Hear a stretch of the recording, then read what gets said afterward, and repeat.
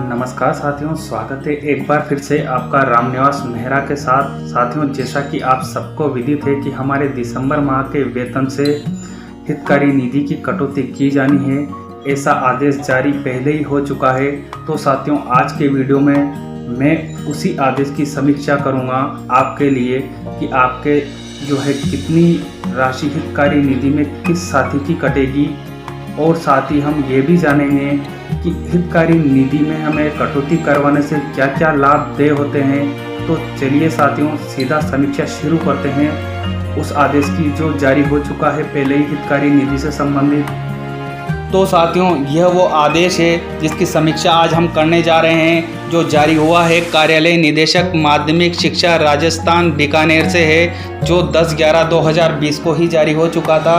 इसका विषय है 2020-21 के लिए हितकारी निधि वार्षिक अंशदान बाबत। तो हमारी जो हितकारी निधि की जो कटौती की जाएगी उससे संबंधित ये आदेश है। हो सकता है आप तक पहले ही पहुंच चुका हो, लेकिन इसमें जो मुख्य बातें हैं वो मैं बता देता हूं कि हमारे जो शिक्षा विभाग के कर्मचारी है, चाहे वो राजपत्रित हो चाहे अराजपत्रित कार्मिक हो, उनका जो दिसंबर माह का वेतन है जो देय जनवरी में होता है, उससे हितकारी निधि की कटौती की जाएगी।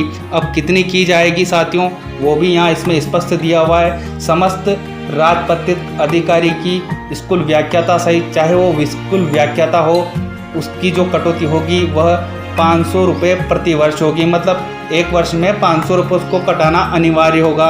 उसके बाद दूसरा इसमें बिंदु दिया हुआ है साथियों, समस्त अराजपत्रित कार्मिक, अध्यापक एवं सहायक कर्मचारी सहित, इसमें कोई भी हो अराजपत्रित कर्मचारी, उसकी जो प्रतिवर्ष कटौती होगी वो 250 रुपये होगी। अब साथियों, इस कटौती से हमें क्या लाभ होता है उसका भी हमें यहाँ ब्यौरा दिया हुआ है, जिसको मैं आपको अच्छे से बता देता हूँ। ये जानना आपके लिए आवश्यक है। हितकारी निधि कल्याणकारी योजनाएं, ये जो हितकारी निधि में हमारा पैसा जाएगा वो किन किन कल्याणकारी योजनाओं में लगाया जाता है गवर्नमेंट के द्वारा, उसकी जानकारी हमें यहाँ दी हुई है। इसमें पहला है सेवा में रहते हुए कार्मिक के निधन पर उसके आश्रितों द्वारा आवेदन करने पर आर्थिक सहायता 1,50,000 रुपये।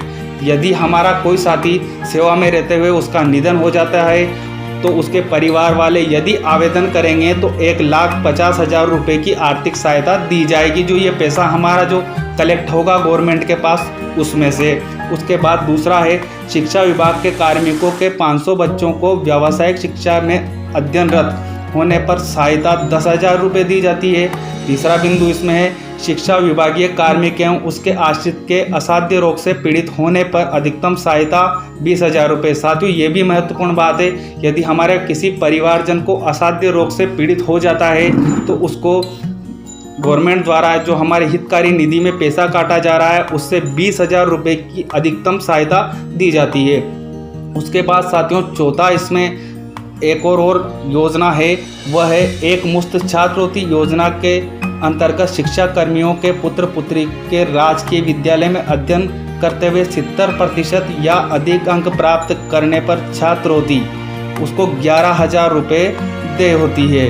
पांचवा जो बिंदु है इसका, उसमें यह है बालिका उपहार योजना के अंतर्गत सेवा काल में एक बार पुत्री के विवाह पर प्रति वर्ष 100 प्रकरणों पर 11,000 रुपये देय होते हैं। तो ये भी एक अच्छी योजना है साथियों।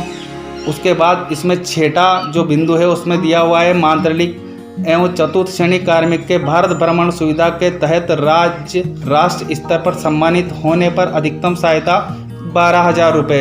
यदि आप राज्य स्तर पर या राष्ट्र स्तर पर सम्मानित होते हैं तो आपको भारत भ्रमण के लिए 12,000 रुपये आर्थिक सहायता दी जाती है, वो हितकारी निधि से दी जाती है। उसके अलावा साथियों, आठवां और महत्वपूर्ण है बिंदु, इसमें बालिका शिक्षा के ऋण हेतु 50,000 रुपये हमको आर्थिक सहायता दी जा सकती है। यदि हम बालिका शिक्षा के लिए ऋण लेना चाहते हैं तो हमें 50,000 रुपये की सहायता हितकारी निधि से मिल सकती है। उम्मीद करता हूँ साथियों ये जो जानकारी है आपको अच्छी लगी होगी। यदि अच्छी लगी हो तो बिल्कुल वीडियो में कमेंट करना ना भूलें, और यदि आप इसी तरह की जानकारियाँ मेरे से और चाहते हैं तब भी आप कमेंट करें। मिलते हैं इसी तरह की जानकारियों के साथ, तब तक के लिए जय भारत, जय हिंद।